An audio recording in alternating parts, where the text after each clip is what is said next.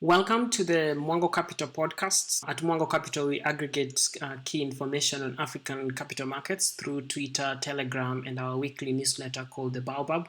We also hold weekly discussions every Friday on topical issues on African capital markets, and we also engage in analysis and research and training. We look forward to another engaging conversation on our Twitter spaces. So join us there every Friday so that we can keep having quality conversations on African capital markets. Without further ado, welcome to today's conversation.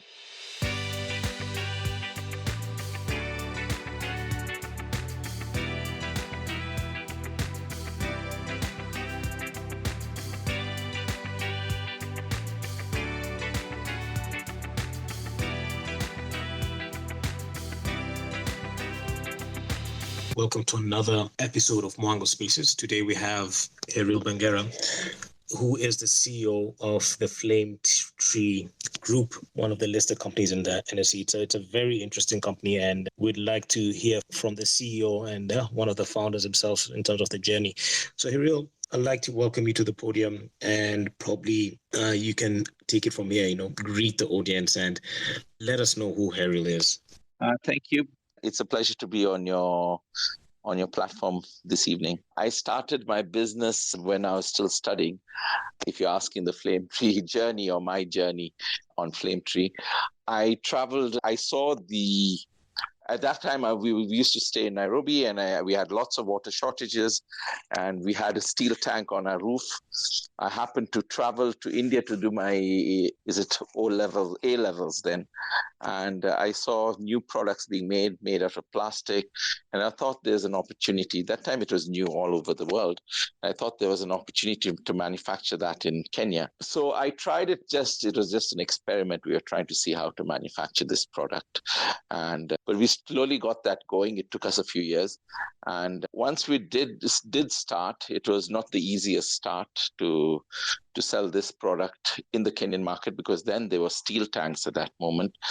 And being a young person, convincing a lot of architects and builders who were much older than me to move from steel to plastic was really an uphill task. But eventually, over a period of time, we could see the tides turning. People eventually moved to plastic tanks. We saw more opportunities in other countries. We expanded into a number of other countries where we saw opportunity for the same product. And during my journey, still looking for places to manufacture tanks or what we were doing at that stage, I saw lots of opportunity in FMCG, where I felt I saw the purchasing power going up. We saw that if you could make a product for the right price point for the people to buy, I felt there was an opportunity. So we ventured into cosmetics that time, launching mainly in Kenya and Rwanda. That required a lot of capital. We learned a lot along the way. And I felt we needed other products as well to join the portfolio of cosmetics, because we were going to the same field. So we ventured into manufacturing of snacks. But the whole journey by that stage needed capital, and we always strapped for capital. Then we consolidated all our businesses and listed on the NSE. And post that, we did a few acquisitions to keep growing the business. And here we are today. Good, fantastic. I think we'll get into more details of at least the major business units as we go along. But I think what strikes me is Roto as a business, and that's the first business that you started, and you kind of changed the industry. Everyone was at that point in time was buying the steel tanks, and a lot of Joakali fabricators working on the steel tanks. I deal with a plumber who's been working for, I think, 30, 40 years, and his standard, he says, it's Roto. And, what Doshi is to steel, I think in Kenya, Roto is to molded plastic tanks.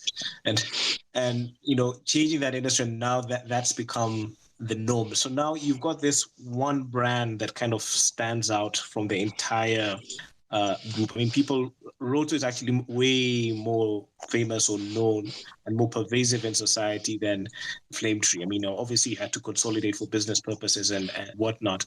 But, so how do you go about having this one brand that sticks out, and you have all these other brands in your portfolio? For me, I think Roto is more known because it's also the oldest business. So FMCG is really much newer in the in our portfolio of businesses that we are in. So, but over the years, if you look at where we will be down the horizon, I think some of our other brands will stand out quite well. Already at the moment, Nature's Own is quite a well-known brand in spices. We see spices moving quite well. I mean, Zoe as well, the cosmetics becoming more and more popular by the day. So if you look at the horizon, not as today, but we look at it in the future, I feel we will have a much larger portfolio of brands which are quite known in the market. So manufacturing is not easy in this part of the world. What drives Flame Tree as a group to kind of, go through that entire value addition chain and as much as possible and kind of get to market, knowing that, the country isn't quite set up for manufacturing, but that opportunity is there. I mean, what's the thinking behind it? I don't particularly quite agree with your statement that manufacturing is difficult in Kenya, because I don't think there's any industry that's easy. And if you really want to succeed in a business, whichever industry, there's going to be some sort of difficulties along the way. And manufacturing in general has its difficulties, even in Kenya. But the way I look at it is there's a lot of potential for products to be made in Kenya. There's a market. And I think there's an opportunity. I'm more of a campaigner saying that it can be manufactured in Kenya than saying manufacturing is difficult in Kenya. If you look at it on the positive side, the machine that is put in, say, in China can be installed in Kenya. The machine that's put in, say, Europe can be installed in Kenya. Our labor force is quite good here. So what is the difficulties? Maybe post-manufacturing, some of the distributions. But in general, to manufacture in Kenya, we don't have that notion that it's extremely hard. I think you validated this, and a lot of other manufacturers as well. Even through thick and thin, there is that possibility. And yes, you're right. No business is easy.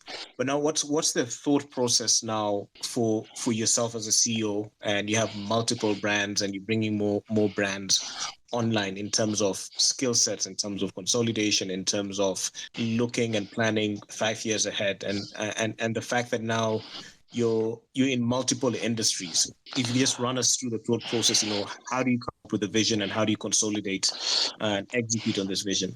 If we try to look at ourselves as a company down the road, I think we'd like to be, today it's easy to say those guys are plastic manufacturers or roto, but down the road, I would like to see us as more known as an FMCG company.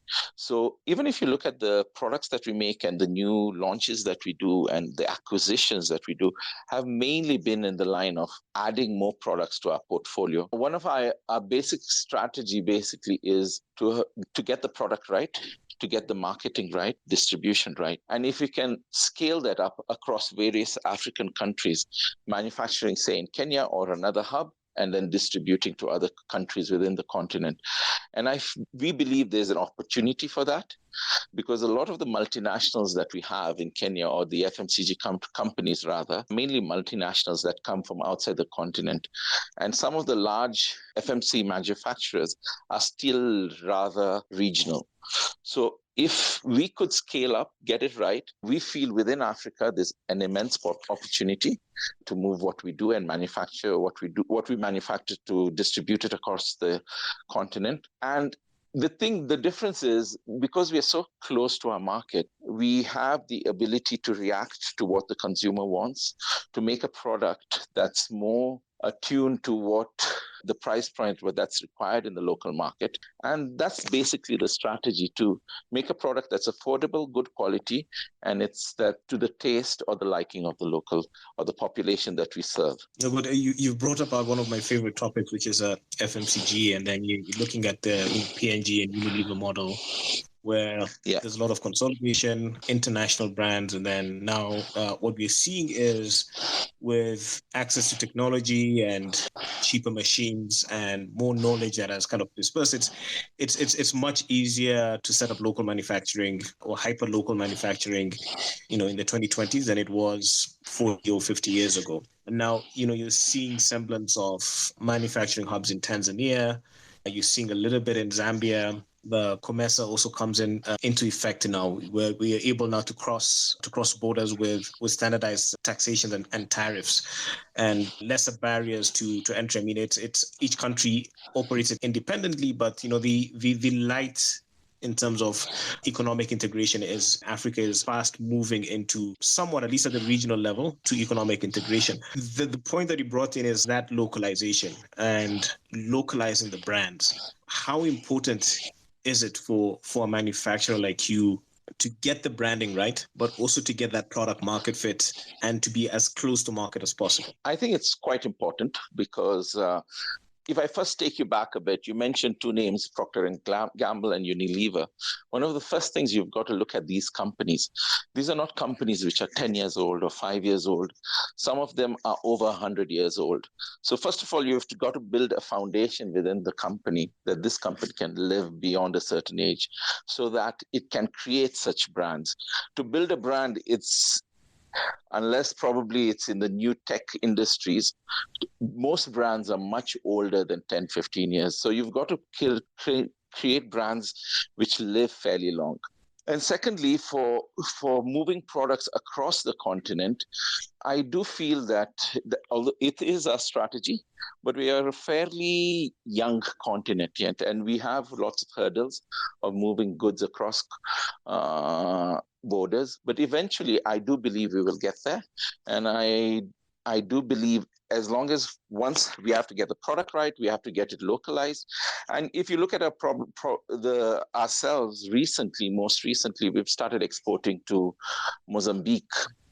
And all the products on the shelves in Mozambique mostly come from South Africa or for Europe. The labels on the products are all in English. The local population speaks in Portuguese. So what we did is we labeled all our products in Portuguese. So if you see our lotions, the instructions, the names, everything is in Portuguese. So we believe that kind of localization is quite important for a product to succeed. For sure. And that, the one size fits all doesn't quite work, especially now you have more informed consumers, people want more choices, and that tailoring has to be there.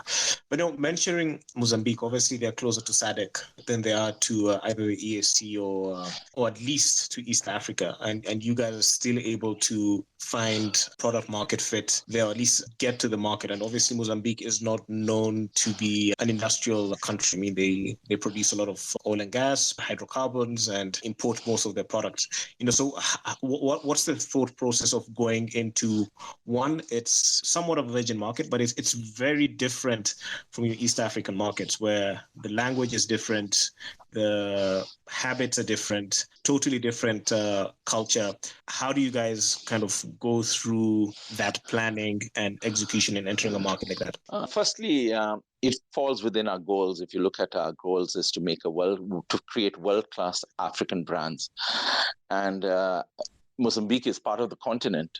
It doesn't mean that the people there are any different from the people in Kenya. They have a different language they speak. Their cultures are different. And that's something that when we go there, we localize very quickly. We try to become a local company. We don't go there saying that we are a foreign company, a company from Kenya. We'd like to be identified mostly as a local company. There are challenges in Mozambique, obviously, because of its proximity to South Africa. And when you say there are less industries, it's for the very reason.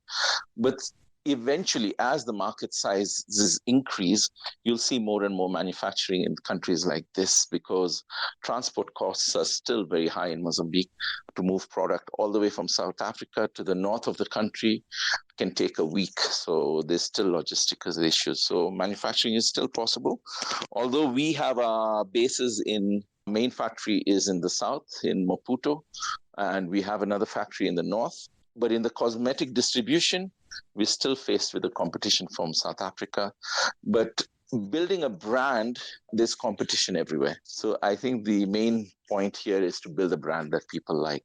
Now, beauty and cosmetics, for a lot of people, it seems to be a very lucrative industry. Obviously, the unit economics are slightly better than your classic FMCG, but also very difficult. And then, the African consumer has been underserved for quite some time. So what's the appeal for this segment for Flame Tree? Yeah, for us, we believe that we're still a young continent when it comes to uptake of cosmetics, but it's not just cosmetics, it's most of our products that we make in FMCG.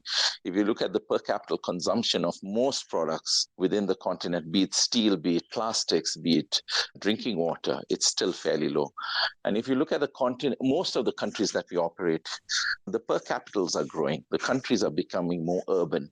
So the uptake of our products like cosmetics or even snacks is constantly growing.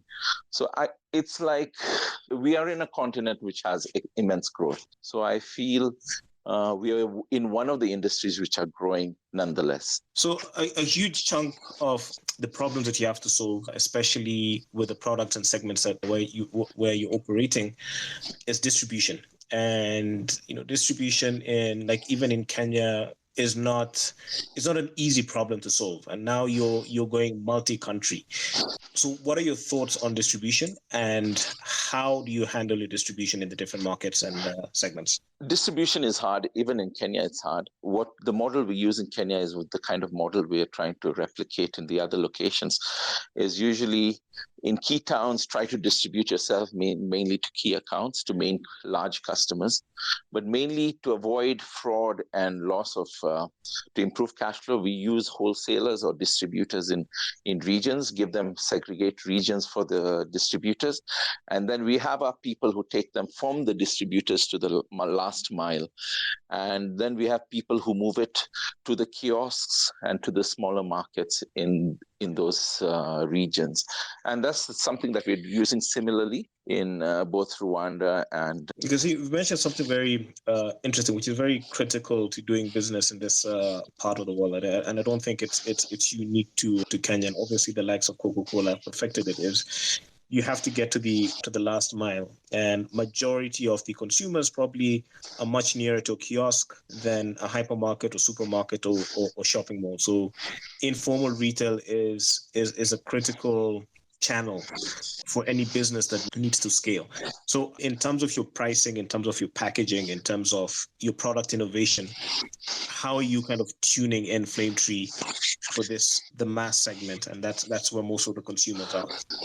I think bringing up the name Coca-Cola is a good example, because it's the same drink you drink in a kiosk, and it's the same drink you drink in a 5-star hotel. The same quality, same thing.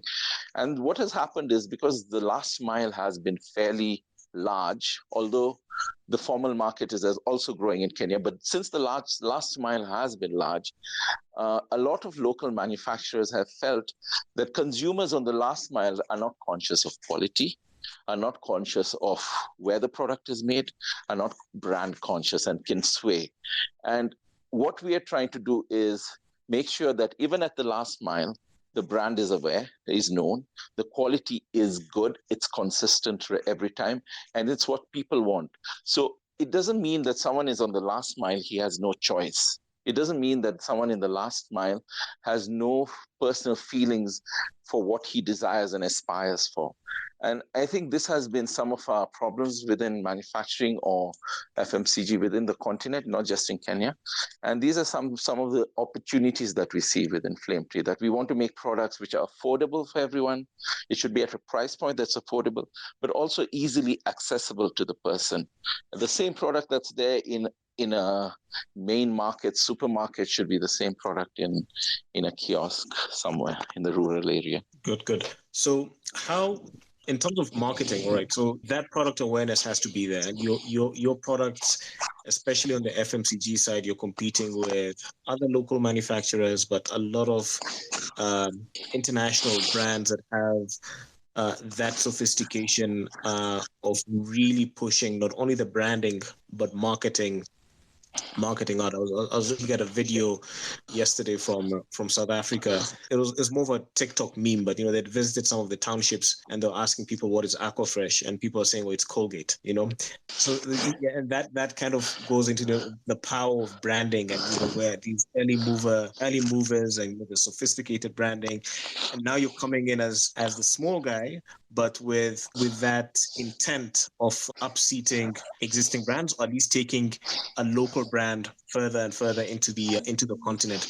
How, from a marketing function, are you able to operate across the different brands within the group? I think one thing we have to understand, this is a long-term game. It's not a short-term game where we're going to do one single advertisement or something on social media or do a local campaign and suddenly things start moving up, because brand building takes years. And that's one of the things that I mentioned, that you need. Some of the large multinationals are not young companies. They're much older companies. So keeping the long-time view in sight, I would say that there's competition in every industry. If you're going to fear competition, then basically there's nothing that we can manufacture in Africa, because there's always going to be some product that's going to be imported. The fact that our proximity to the market gives us an advantage. Our ability to be more versatile and develop new products quicker to what our people need locally gives us an advantage. Let's look at the situation of things like sanitizers during COVID. Sanitizers were made all over the world, but the companies that were close to the markets could reach the markets on time. We couldn't even export some of these products during that time, because in those local countries around us, everyone manufactured it. So multinationals have an advantage, but as a local manufacturer, you also have advantages which you need to take advantage of to edge you inch by inch, slowly by slowly forward.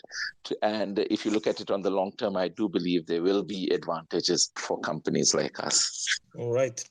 That's very good insights. And, obviously local will always have advantages in one way or another. And it's up to the firms to be able to see how to build that into their competitive advantage. So you're currently recognized as the longest serving CEO at the NSE, and obviously your route to the NSE is very different from your other CEOs, especially with emerging enterprises segments. But I think what I find very interesting is you have a very long history in entrepreneurship and risk taking, and you started from very humble background, and now you have multiple brands, and you're not the typical NSE CEO who's kind of has a corporate background and everything else. You kind of worked from, you started this business from when you're studying, and you're still at the helm of the business. How important is it for leadership to be, one, sustainable, but long-serving leadership to kind of input the vision? And secondly is, as a group, what's the importance of leadership, not only at your level, but at the brand level and the different companies? What importance does Flame Tree put on leadership? Leadership is always important in every case. But let me just correct a statement which makes it funny that you say I'm the longest serving CEO. Yeah, I read that. But I don't know how that is totally right, because from the time of listing, if you look to now, I think I'm not the longest serving. And any founder of a company usually ends up being the longest serving if he's staying in the position of the CEO. So I don't know how accurate that whole statement is. But if you ask me, what have I learned and what are the advantages of being a longer serving person who's been in the business for long? I feel along the journey, you make lots of mistakes, you make errors, you learn, and errors are good teachers. Success can be a bad teacher. Those ups and downs make you make better decisions on the long run. And for us at Leadership in Flame Tree, we look at ways to keep in-house leaders. We do training consistently. We empower them, ways that they run the businesses individually. Although we represent a consolidated company when we talk about Flame Tree Group, but each business works fairly independently, making decisions on the ground so they can be much faster and more nimble. And I feel in each company, we try to choose and have people who have experience or have the fire within to grow the business. And so leadership for any business is very important, in my opinion. Well, before we continue with the questions, so this is just a call out to the audience. If you have any questions, please respond to the pinned tweet on at Mwango Capital. Or alternatively, you can DM the handle Mwango Capital, and we will field your questions in good time. Now, so I'll move over to the next series of questions, which is on the business model of Flametree. And we've kind of briefly touched on the different companies, but you can kind of go through the different industries. I mean, you're in cosmetics, you're in molded plastics, both in tanks and other molded plastic products. You have multiple tank brands, and you're also in food and trading. So, pretty much, as you said, you're aggressively going after FMCG and still in the plastics business. So as you consolidated all these different assets into one group and listed, one, what was the thinking? And two is, you have this dual operating structure between Mauritius and Kenya. What's the thinking also behind that, and what's the rationale? And I'm sure there are very good reasons for that. Like you said, Flametree is over 13 different companies that form Flametree Group, and we're consolidated on a holding company which is registered in Mauritius. Why did we have it in Mauritius? If you look at our vision, it's to be Pan-African. We felt that's a good country where you can have liberal laws between various countries, which gives us an advantage over the long run, we felt. So we're not politically or any tied to any particular country that you'd be resident to, in the sense, today, for example, Kenya constitutes a large percentage or constitutes oldest businesses, where you talked about Roto and we talk about, but that's not where we see ourselves in the future. We want to see ourselves trading and working in nearly every country around the continent. And so we tried to choose a location which was more friendly to that. And that was the thinking behind choosing Mauritius. I think that was the question, right? Yeah, that was the question. No, and I think it is like a very common structure. I think it's not only Flametree that has it. I mean, there are lots of other companies operating in Kenya that have their holdcos in Mauritius, especially companies which do a lot of interborder trading or have interests in different parts of the continent. It's just a sensible way and logical way of structuring, and the law, any jurisdiction that gives you that peace of mind in terms of access to law and favorable taxation, it's a no-brainer. But I think what I find very interesting about Flametree is you identify as an African company. You have Pan-African ambition. And all your assets are pretty much being housed in Africa in one way or another, which is, or at least most of your assets are being housed in Africa. I think you've got something in the UAE as well, and that has its own advantages as well. Initially, if you look at industry in Africa, always had this post-colonial inclination. So you look at West Africa that have a lot of French companies. You look at East Africa, a lot of or parts of the Commonwealth, actually throughout the African Commonwealth, you have a lot of British industries. And then in the 90s, you started seeing, post-apartheid South African companies venturing outside South Africa. And now what we're seeing indigenous African companies like yourselves kind of really going head on into the local manufacturing space, from, you've got Bitco in Kenya, you've got the Bakhresa Group, so Azam in Tanzania, and some others in Zambia. You're seeing a lot of, and same thing is happening in Nigeria as well. You're seeing this indigenous manufacturing capacity being built out. What do you see the next 10, 20 years across the continent in terms of indigenous manufacturing? I strongly feel a lot of these companies that you mentioned will grow further, and a lot of companies from West Africa will come probably to these sides, and similarly from South. So I feel a lot of companies will become a little more aggressive to looking beyond their borders. One of the disadvantages we have in individual countries in Africa is they're small. If you look at a country like Malawi, it has probably a population of, if I'm not wrong, of between 10 to 12 million, or Rwanda. And these countries alone do not sustain to have a large manufacturing operation unless they look beyond their borders. And I feel a lot of companies have now become ambitious.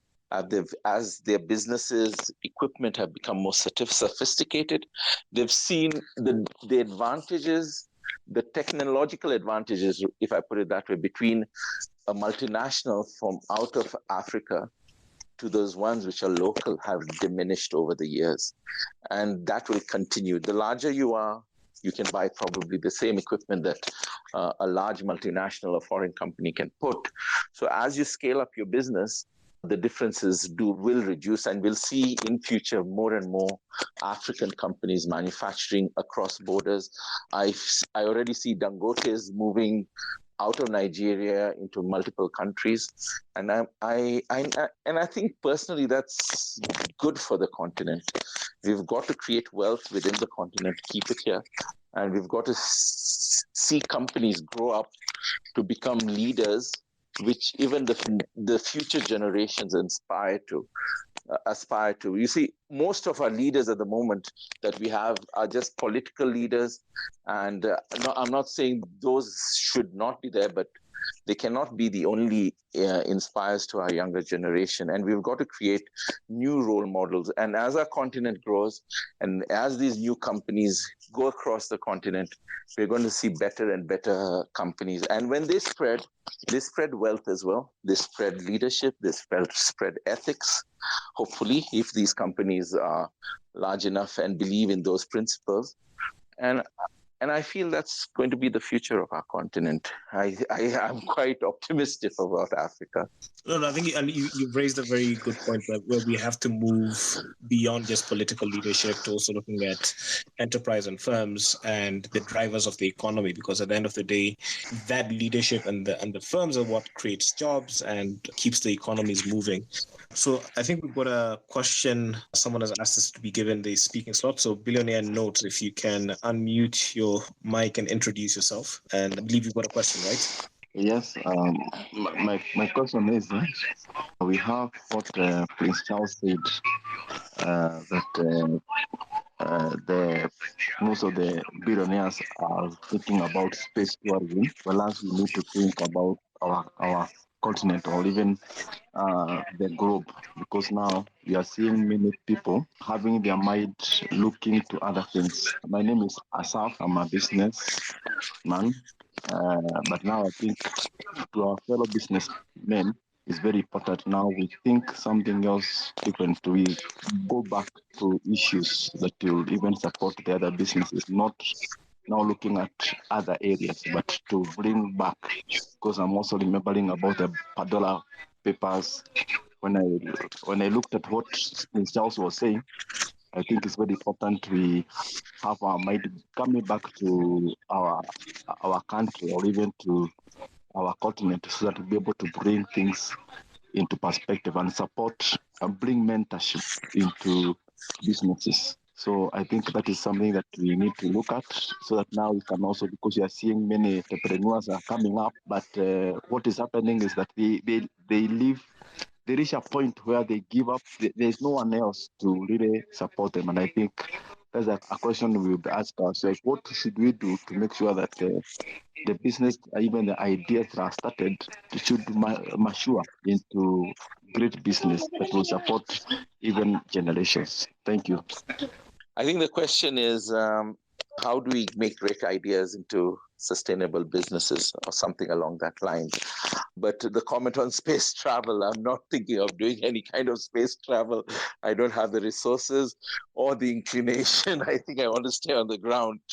But the point I think he was trying to say is that we've got to find a way that there's more interest in our continent than moving everything out of here, even if it is to space or what you're talking about, the Pandora papers.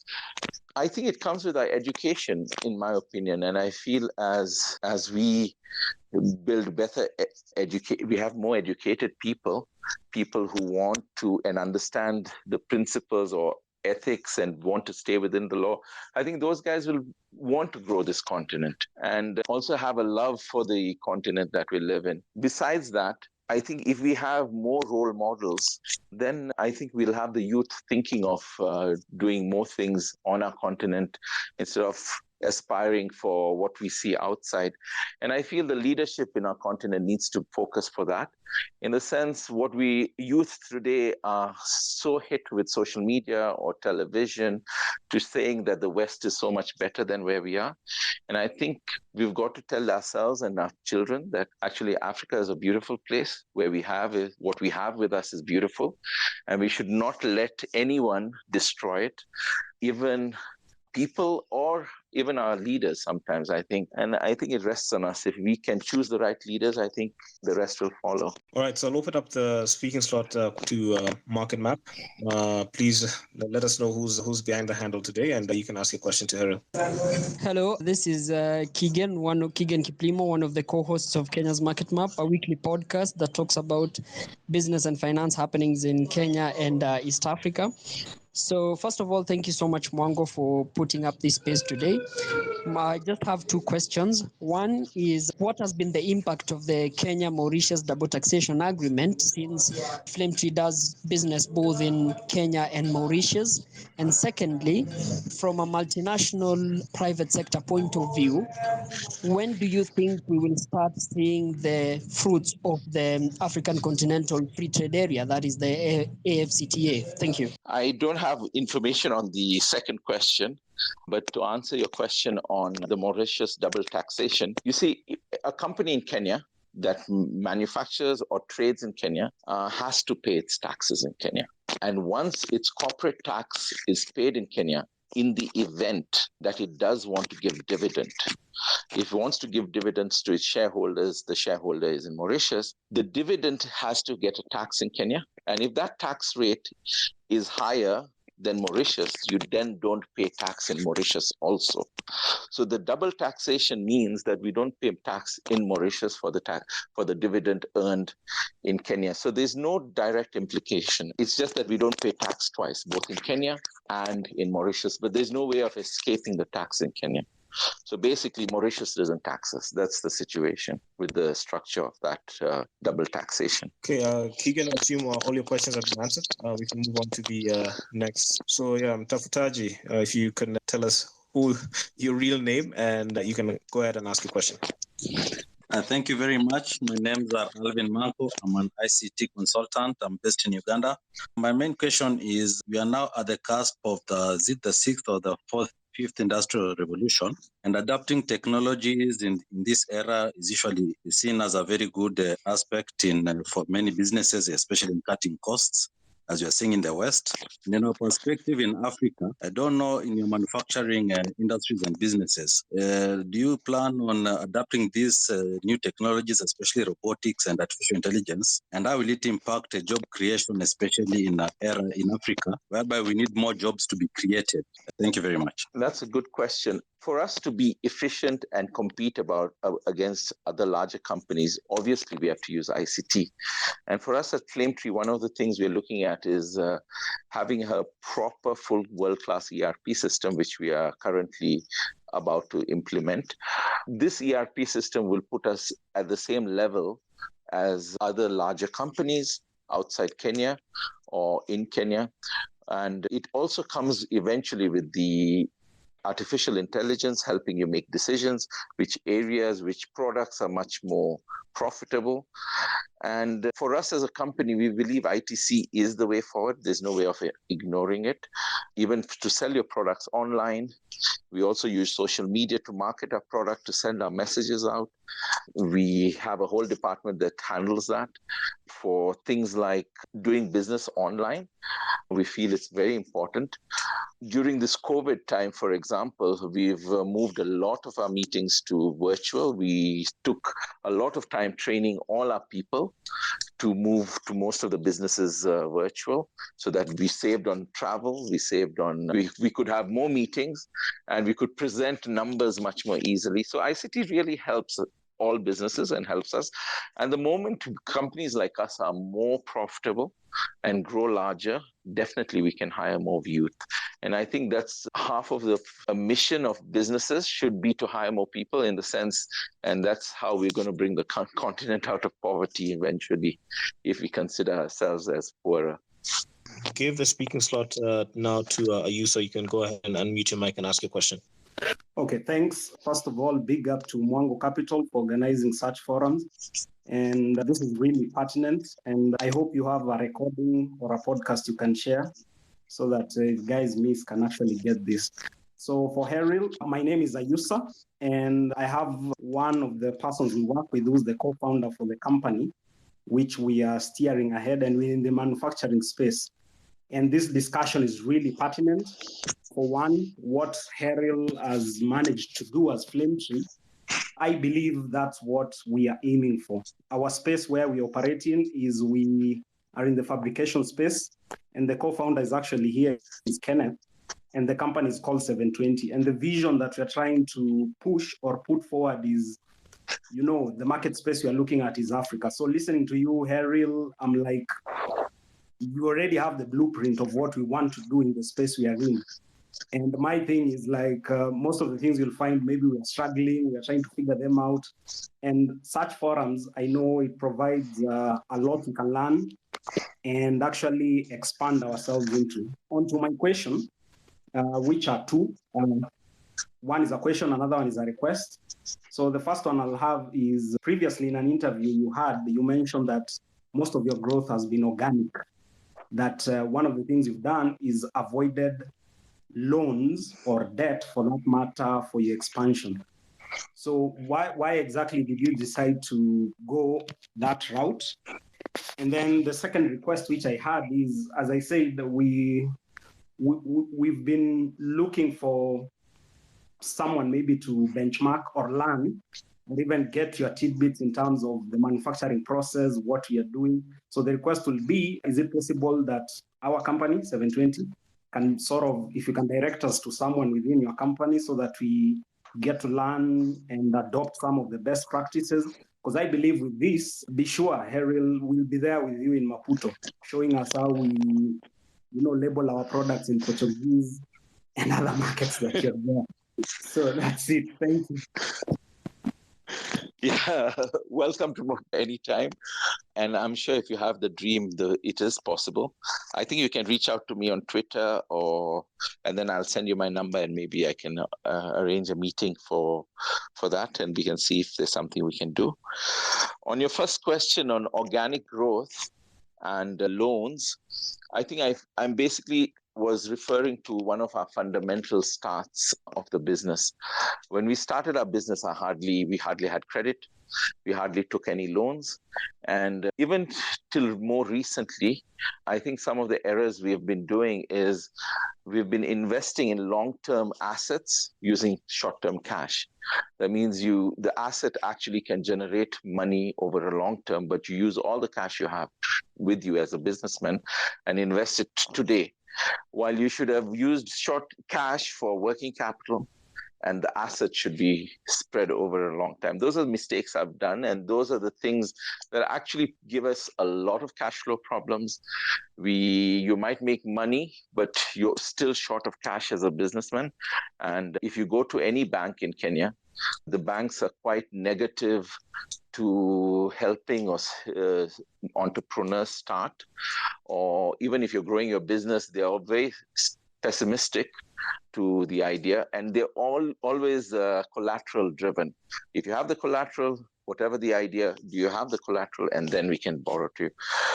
So for me, we found that difficult, and that's the reason why we looked at raising money, because we needed the capital, and we used the listing way to get money. It's not the only way, but it's the way that worked for us and which was available for us. Venture capital is one of the other ways. But I think every entrepreneur, including for us, for me, myself, it was very hard to get money and to convince banks to support us. So until you could get the credibility, and today it's helped us get credibility, and now we do borrow. And we don't just do organic, we also do acquisitions, which help us add the brand and shorten the years in creating brands. So we do both, although most of our growth even today has been organic. All right, so I think on a related question, there's a question here from Evans Adoyo, and his question is, why hasn't the company paid dividends since listing? When are they planning to? Good question. I would like to see the company give dividend, but we are still in a growing stage. And I don't suppose, I actually wanted us to see us giving dividend in the very near future. But the way I look at it, we have borrowed quite a bit of money at the moment. I'd like to see our borrowing come down. I'd like to see the company in a stronger foundation. That means look at the period that we are in today during the Corona season. It's troubling if you have, again, commodity prices are moving up and down. If the company is not liquid and does not have enough to ride the rough patches, I think it won't last the years that we are aiming for. I believe a lot of companies that have lasted beyond the short term have always ended up plowing back their profits to grow the business. But if you look at our business, we've increased our asset base by over 33% over the last 3 years. So we've kept growing. Yes, we haven't given a dividend, but the company the shareholder owns has been growing. But in the future, as we entrench ourselves and see ourselves as more stable capitally, I do see us giving dividend, but not immediately. This is a pertinent question. I don't think it's only unique to FTG. I think everyone in the growth enterprises, the GEM segments, there's quite a bit that needs to be done in terms of investor education, where at the growth stage of companies is what you're investing in is that future, and investors need to kind of price that risk in terms of the value that's going to be created and not in terms of short-term dividends. So what do you think from just an industry point of view and in terms of how the NSE is structured, what needs to be done to kind of really educate investors and also to attract the right type of investors to a company like yours? Yeah, I think there has to be more awareness in the market for that sort of thing. I think the NSE has to explain the function of a shareholder. It's not just dividend. Dividend is important. Myself being a shareholder, I would like to see a dividend, and that's the eventual goal, where you build a company and you sit back and you can expect dividend if you're still a shareholder. But the thing is, to reach there, there's a journey for a company. And the GEMS is not very different from the main market in lots of regulations. So I wouldn't say that much of a difference, but it helps a smaller company like ours as well enter the market. But the fundamental difference I see in Kenya is a lot of shareholders are very pessimistic about companies. And if I know I'm comparing a company like, let's say, Elon Musk's Tesla, there is no way that we could have ever created a company like that, because if it was through shareholders, they would have wanted dividend. Now, those companies rise in value in future expectations. But Kenya is has investors have been, or shareholders want to see the return immediately. But a lot of companies are still growing, ours included, which needs stability before we can give dividend. But in the growth stage, a lot of investors today do not see value. And I think the NSE needs to find ways to explain to people you invest today for the future. And when you buy a share, you buy a part of the company. You're not buying a share to just move up and down. So what I have done personally, what I feel is, let's build a right business. Let's make a strong business. The share price, as important as it is, our focus has been innovation within the business. Look within, improve that, and a lot of the rest will take care of itself as we move along. All right. So there's a question here from Guma Andrew. I think he tried joining in to ask, but I can't see him anymore. But his question was, what role will access to credit, both conventional and buy now, pay later, play in the FMCG sector in Africa? So I presume the implication, what he's implying here is credit on the consumer side. I feel as we have more online platforms like what we have, Jumia, for small purchases, they could give that buy now, pay later concept. But when you're selling a product for 50 shillings or 100 shillings, it's very difficult for a company like us to collect that money in the later future. But my feeling is that that's a concept that's growing not just in Kenya, in other parts of the world. In Asia, I've seen it has started growing. So buy now, pay later has its opportunity. But I don't know if it's more applicable to capital goods, goods like fridges, TVs, or something that's a little bigger than a packet of chips. It could work for tanks. Yes, it can. And in tanks, we've had agreements with banks like Equity. We have SACCOs that work with us, and so their members buy with us. They get a long-term payment plan. And if there's a way we can move that to an online system, I was having a conversation yesterday with someone who was proposing something similar. So I think we'll see that in the future, in the very near future, not very far future. When it comes to BNPL, I think my argument, especially in the local context, I think it has already been validated. So maybe that fintech layer isn't there yet, but it's already happening in the market, whether you want to call it hire purchase or you want to call it, pay by installments. That's and the payments are underwritten by a financial institution. It is already happening, and it's been happening in Kenya for a very long time. So I don't see it as being something new. I think it's just more. It's probably going to be slightly more efficient than what it is today. That's right. Okay, so I think there's another question from Keegan. He probably didn't ask, or it came in later. This is from Market Cap. He says, "What is the end goal of the numerous acquisitions of the company that the company has had over the last 3 years, and if you can probably expound on those acquisitions?" Okay, we've done a number of acquisitions in the past. I feel that acquisition has helped us grow faster in a field or somewhere we are not strong. So what we've tried to acquire mainly have been businesses in the FMCG side. Not all have been successful, some have. I see, although the majority have been good for the business, an acquisition helps you cover the period that it takes to build a brand. So for me, an acquisition is good. But for us, what we look for in an acquisition is something that fits our business model, something that fits with what we do. That means it should be within the FMCG space that we are working on. Although more recently, we've bought a playground equipment, and I'll explain the rationale behind that.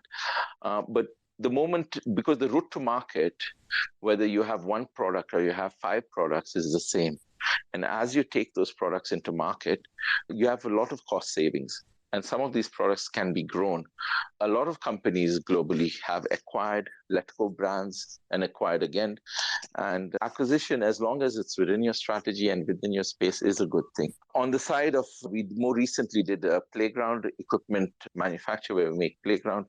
The advantage of that, or the reason behind that, is it was manufacturing plastics. It has the same equipment we have across the various countries we operate. We felt we could scale that business up. It was very similar to our plastics business.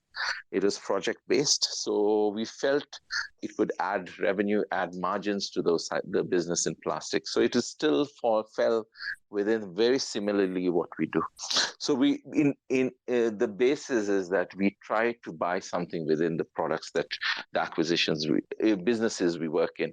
If I segregate our businesses, they're just 2 businesses we are in, mainly plastics and FMCG. The next question is, I think this is from Keegan as well. So the question has 2 parts. And now that you're listed company, there's a lot of scrutiny in the numbers. So his question is, has the company recovered the money that was tied up in Imperial Bank?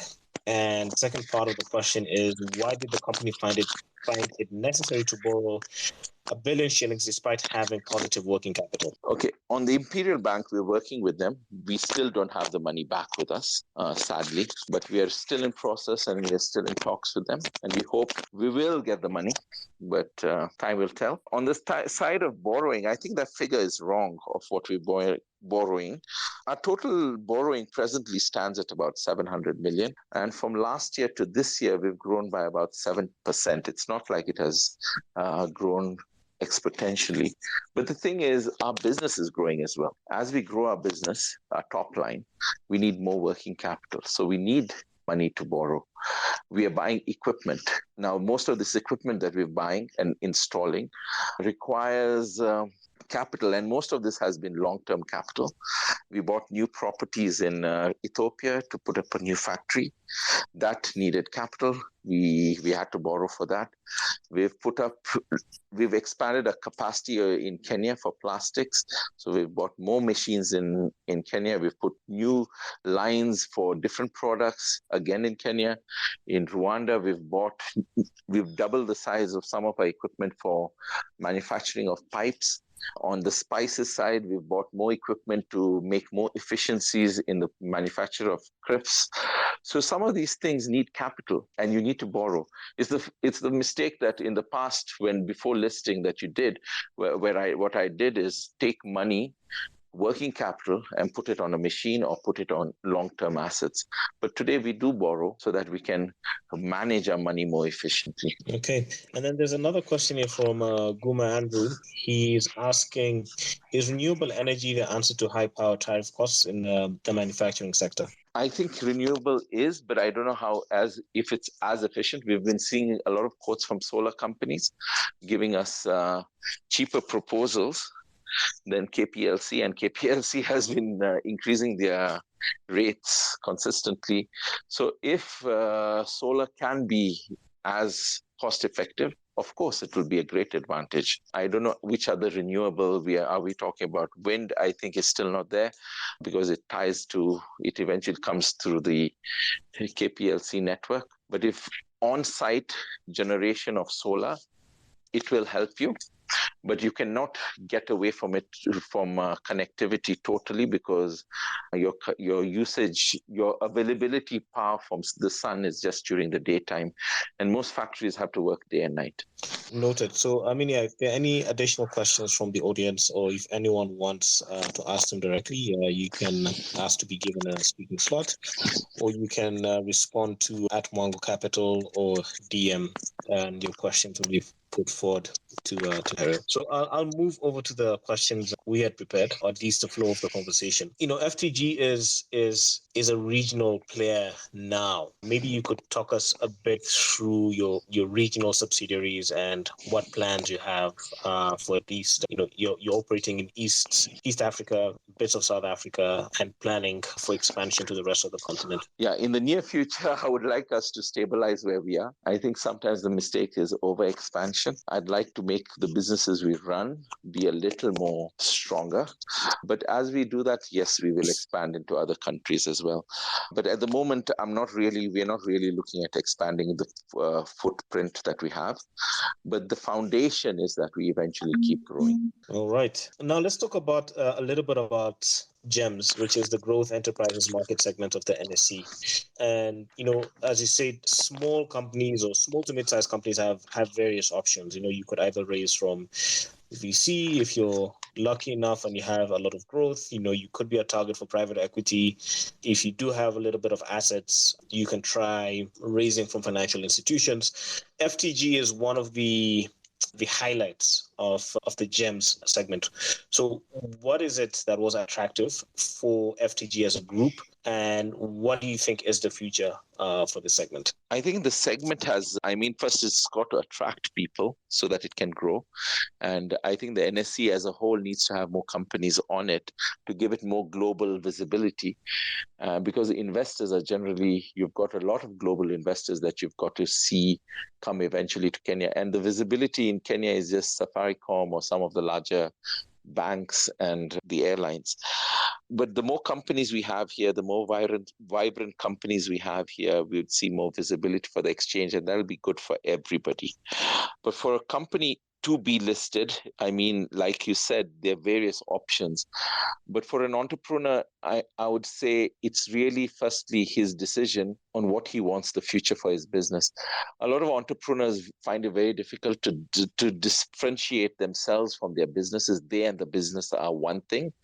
And if that's the kind of mindset, then that kind of business should not list, because the moment you list, you lose a lot of control, because now you're actually an employee and you're just a shareholder.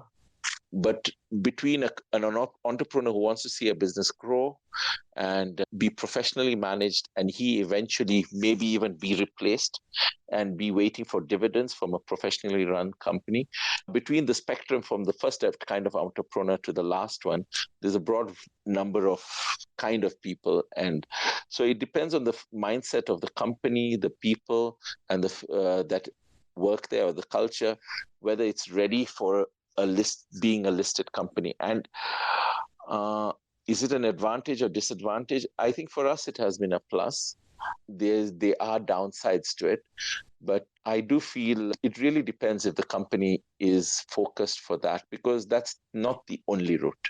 Yeah. So what would your advice be to founders or other SMEs who are looking towards this route? Obviously, listing comes with additional scrutiny, which is for very good reasons.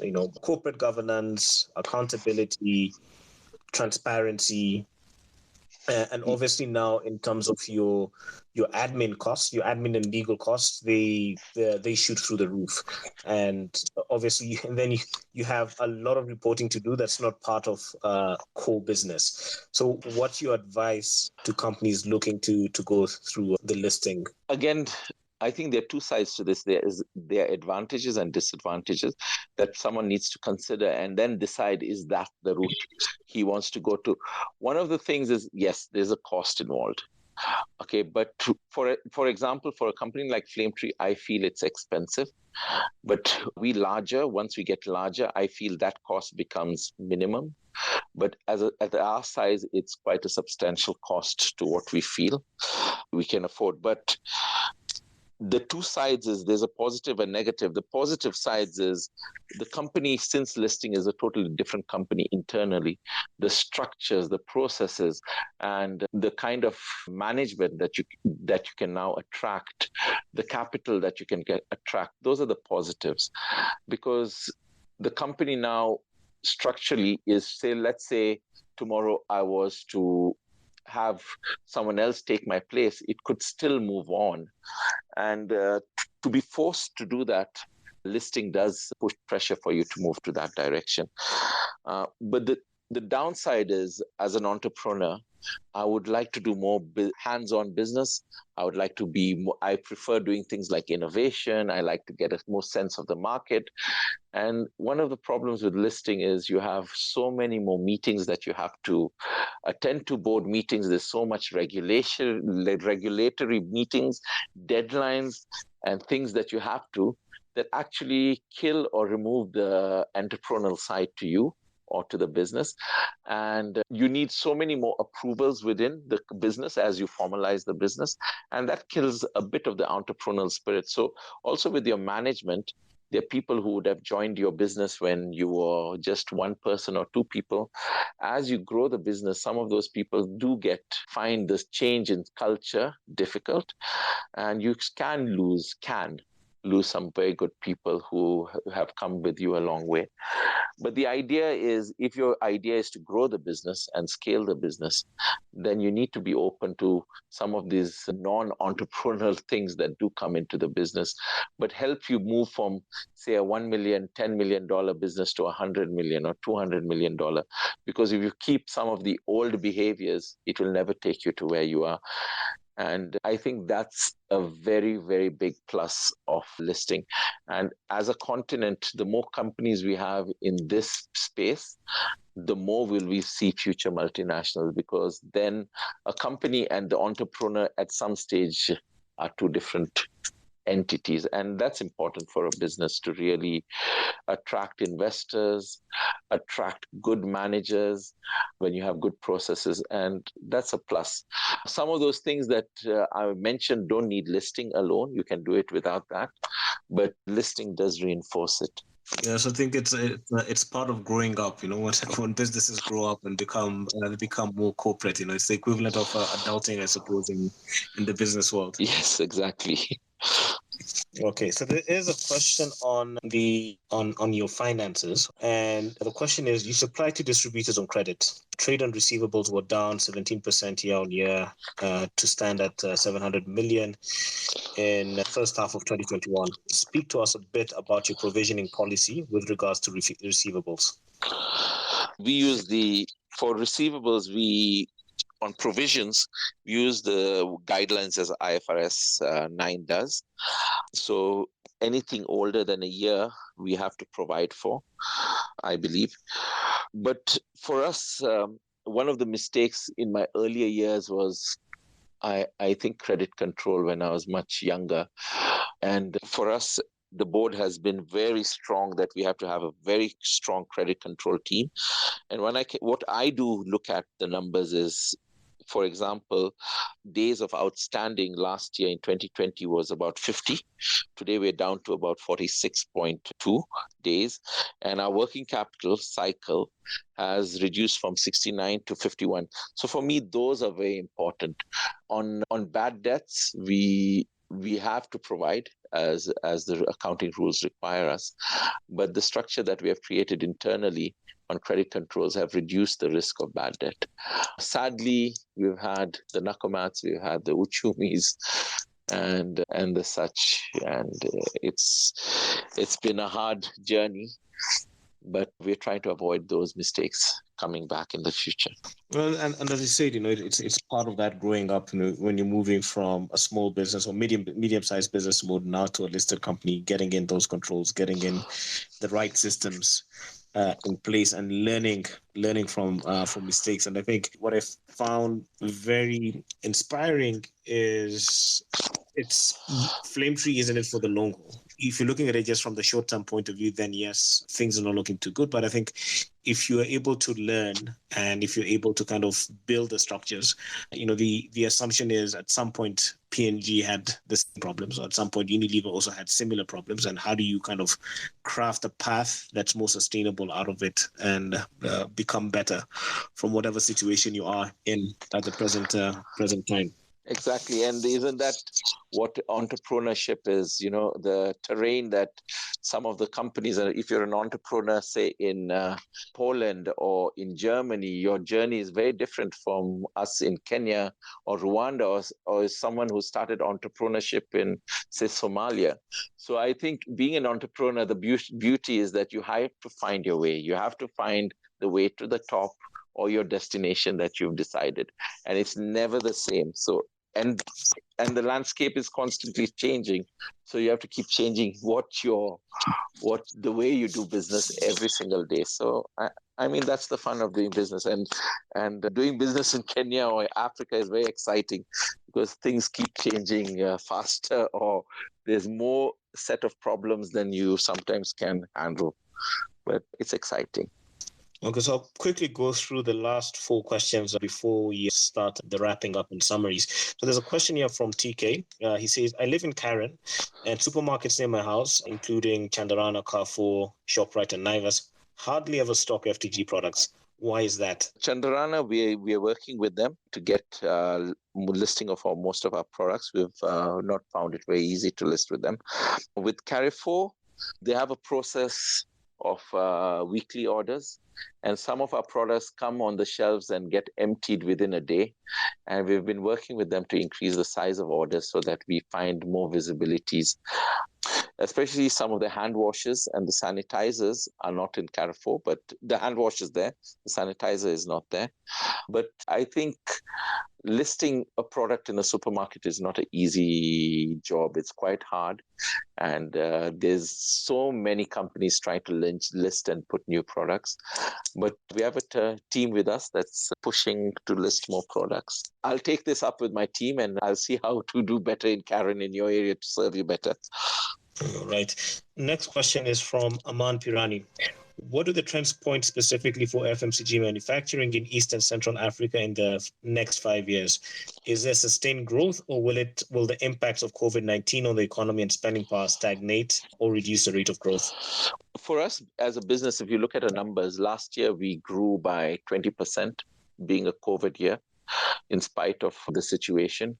I talked to many manufacturers, whether FMCG or other fields, there has been good growth in the region. The trend at the moment this year, we're still seeing an upward trend in growth. However, we are seeing stress on our GP, a huge stress at the moment because commodity prices globally have really risen and our margins are under pressure.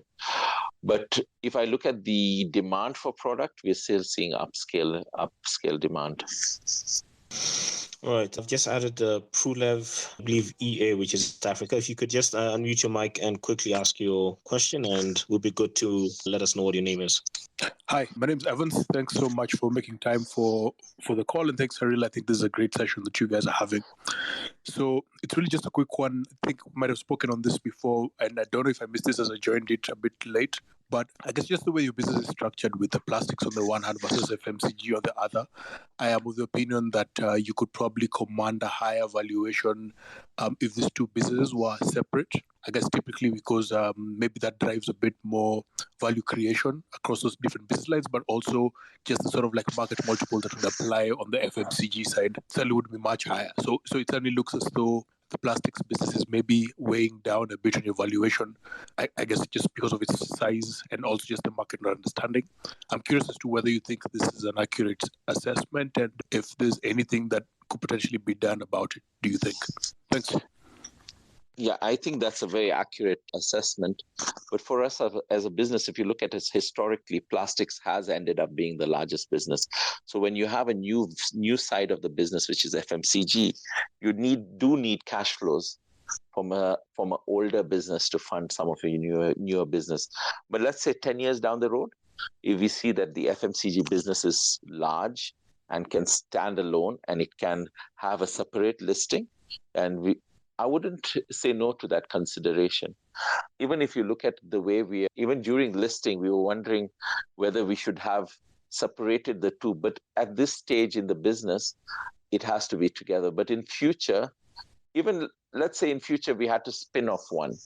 Let's say there was one side of the business we saw less growth and we could get a good valuation for it and invest in, say, if you said the FMCG had high growth, why not? I mean, that's something we would consider in future.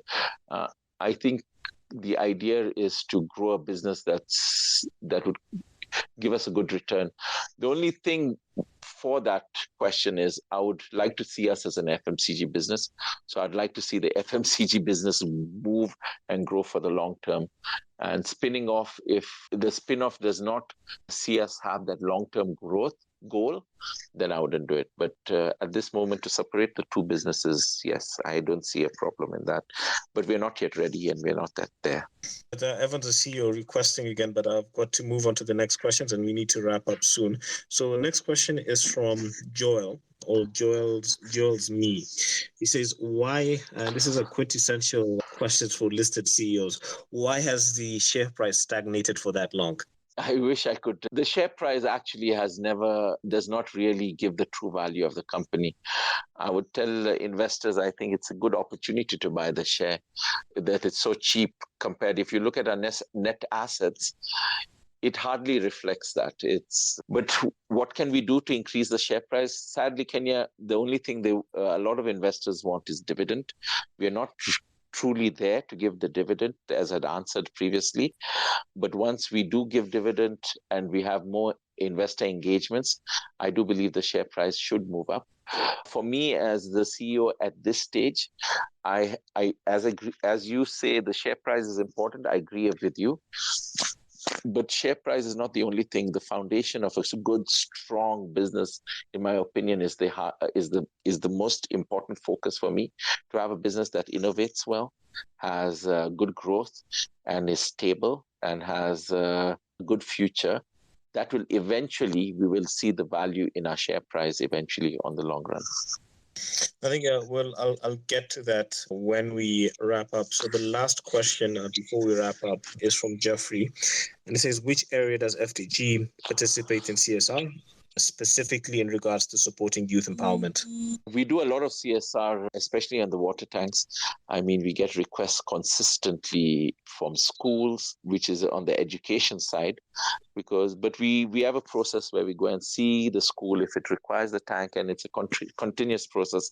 But on youth empowerment, I think it was just 2 months ago we donated quite a few tanks through Bahati, the singer, for car washes. in some of the slums as a means for them to either sell water or for car washes, both of the systems. So we're constantly doing that. And that's not just in Kenya. We do our CSR in Ethiopia, in Rwanda, in Mozambique. It's just part of the culture of the business. In things like cosmetics, we go to prisons, we help people groom, we help women in places where they can't afford things, we train them. We go to old age homes, provide them with help. We provide our snacks in those places. For us, CSR has been part of our culture. I think the function of a business cannot be purely just be there to compete over the competitor and be number one. But I think, especially in a continent where we are, I think we have to have a social angle to who we are. And that gives us meaning to the reason why we are in business and even to our employees. Okay, so I think Tim has requested for the mic. I don't know if Tim, you can hear us. If not, we'll have to wrap up. Yeah, looks like he's got issues. So I think to wrap up, Harold, so I think this is now the opportunity for you as the CEO to, inspire confidence in Flame Tree, the brands that you're selling. And obviously, this is a very different company to the other companies that are there on the NSE, and it's a company with Pan-African ambitions, and you're already operating in multiple markets. Now, in terms of what is the vision, the key products, and you can mention them by name, especially the ones that you feel very passionate about. What markets are you targeting? And for current shareholders, and especially for prospective shareholders, what is it that you want them to know about Flame Tree? I'll answer that question a little differently from instead of talking about the brands and where we are and what we're doing.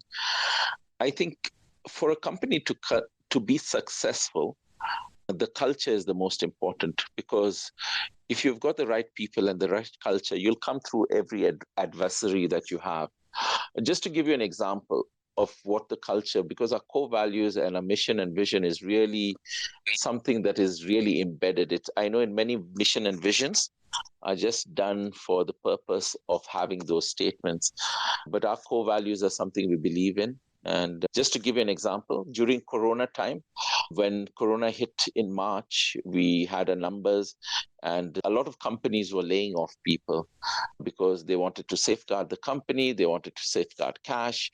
And as a company, we wondered, do we have to lay off people? Because this was the initial stage of Corona. And we decided as a company, we always talked that we are a family. We believe in our continent. We believe in our people. If during the time when the worst happens, if we start laying off people, that does not make us believe in anything that we did. So we took a call. We never cut salaries. We never let a single person off during this Corona time. But what we did is we called all people together and we said, listen, we are going through a difficult time. And can there be ways that we as a company can save, either in logistics, save innovation of new products? Can the salespeople work harder to make sure we survive as a company?